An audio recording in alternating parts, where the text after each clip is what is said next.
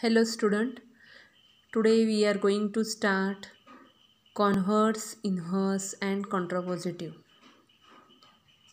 If we have P implies Q, means P and Q are two statements are joined by if then its converse is given by Q implies P, means only place change. Inverse, put negation on both sides. या ठिकाणी P implies Q is our given statement. Negation on both sides means negation P implies negation Q. Here write down negation P implies negation Q. That is inverse. Next, contrapositive. Put negation and place change. Given statement is P implies Q. Put negation and place change. Negation P, negation Q, place change means negation Q implies negation P. Understand? Means converse is Q implies P, inverse is negation P implies negation Q, and contrapositive is negation Q implies negation P. These three tricks are remember to solve the examples. या ठिकाणी आपण काही examples घेतलेले आहेत पहा.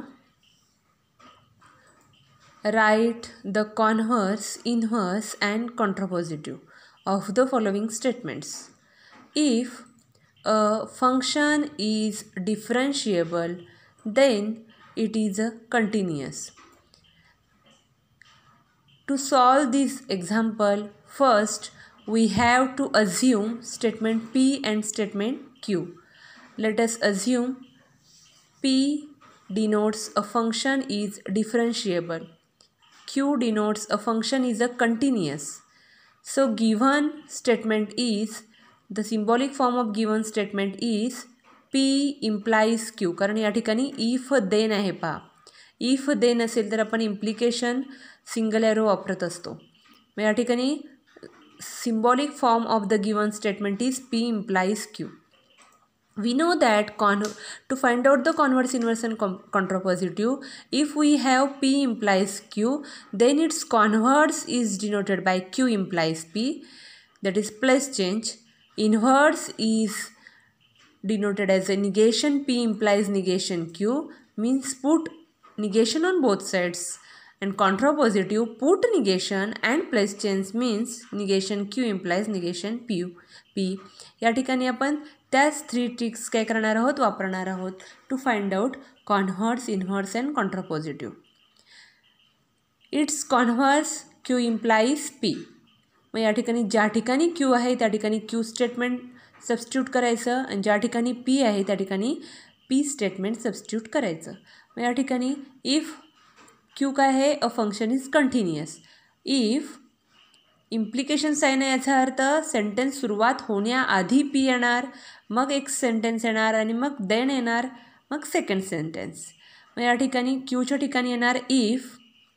Q substitute करण्याआधी येणार if function is a continuous, then it is differentiable. Inverse negation P implies negation Q. If कारण इम्प्लिकेशन साईन आहे, इफ निगेशन P काय आहे, अ फंक्शन इज डिफरन्शिएबल. मग निगेशन P काय येईल, a function is not differentiable. Then negation Q काय आहे, a function is continuous.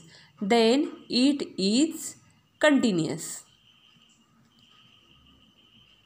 It is not continuous येणार.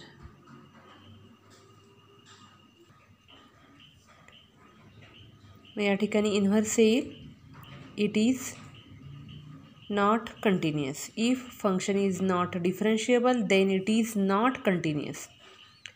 Third, contrapositive. कॉन्ट्रापोजिटिव्हमध्ये प्लेस चेंज अँड निगेशन. म्हणजे P इम्प्लाइज Q जो आहे त्याचा प्लेस चेंज केल्यानंतर काय येईल, Q इम्प्लाइज P आणि त्याला द्यायचं निगेशन. म्हणजे येणार negation Q implies negation P. Implication म्हणून इफ निगेशन क्यू येणार a function is not continuous then it is not differentiable. This point is a important point and easy point.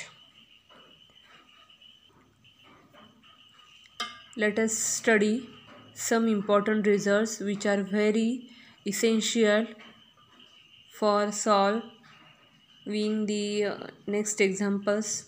या ठिकाणी first formula आहे P implies Q which is equivalent to negation P or Q. हे आपल्याला लक्षातच ठेवावं लागणार आहे. Negation of first statement or Q. P double implies Q which is nothing but P implies Q and Q implies P. त्यानंतर next P or Q and R. या ठिकाणी distributive law आहे पहा. म्हणजे ब्रॅकेटच्या बाहेर जे अँड हे कनेक्टिव्ह आहे आणि त्याच्या मागे जे पी आहे तर पी आणि अँड याच्यामध्ये इथं काय नाही म्हटलं की काय असणार आहे मल्टिप्लिकेशन साईन.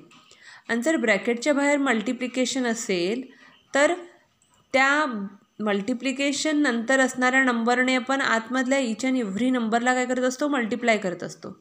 त्याचप्रमाणे ब्रॅकेटमध्ये असणाऱ्या इच अँड एव्हरी टर्मला आपण ह्या पी आणि पी सोबत असणारे ह्या सिम्बॉलने ह्या दोन्हीनी काय करणार आहोत मल्टिप्लाय करणार आहोत.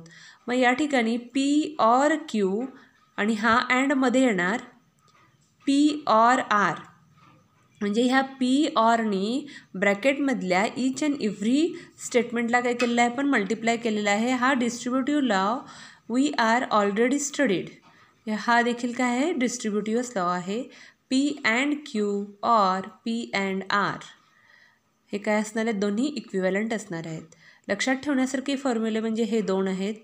P implies Q which is equivalent to negation P or Q. P double implies Q which is equivalent to P implies Q and Q implies P. Understand? आता हे दोन जे महत्त्वाचे फॉर्म्युले आहेत याच्यावरची काही एक्झाम्पल्स आपण आता पाहणार आहोत.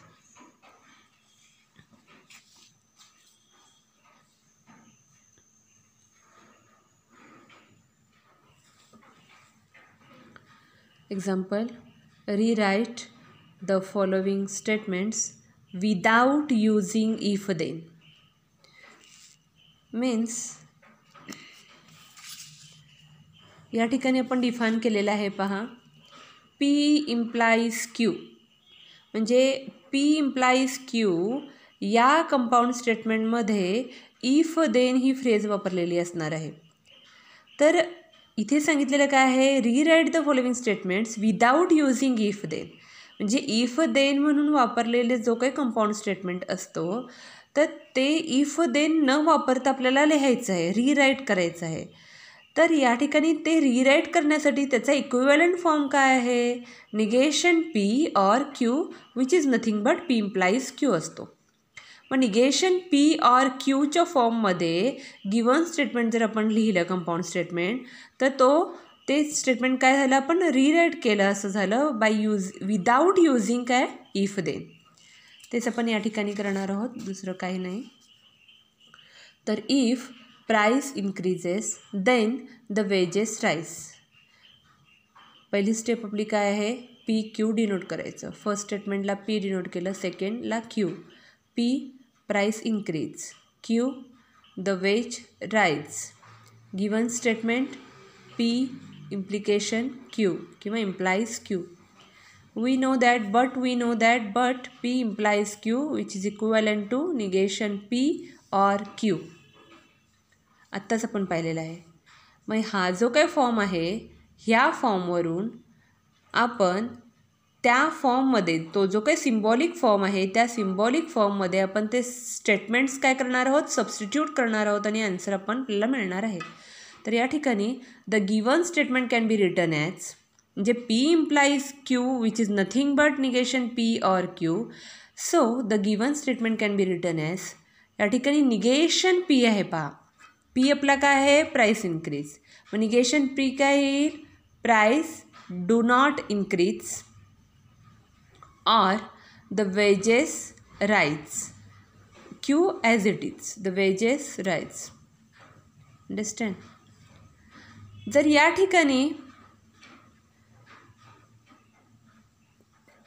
ठिकाणी आपलं प्राइस यायला पाहिजे पहा, not prices.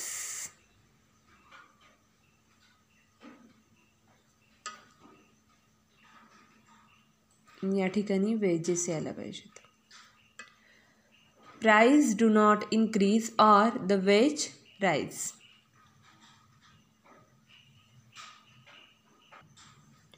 Next example, if it is cold then we wear woolen cloths. The given statement is, या ठिकाणी डायरेक्ट लिहिलेलं आहे पहा. तुम्ही काय करू शकता, अज्यूम करू शकता P and Q statements. Let us assume P, it is cold. Q, we wear woolen cloths. So the given statement is P implies Q. But we know that P implies Q which is equivalent to negation P or Q. The given statement can be written as, या ठिकाणी हा जो काय हे answer आहे ना, equivalent form आहे ना, तर negation P, it is not cold, ऑरच्या ठिकाणी ऑर येणार, आणि Q as it is we wear woollen clothes. Simple. तर या ठिकाणी या लेसनमध्ये आपण कॉन्व्हर्स, इन्व्हर्स अँड कॉन्ट्रापोजिटिव्ह आणि त्याच्यावरची काही एक्झाम्पल्स पाहिलेली आहेत. Okay, thank you.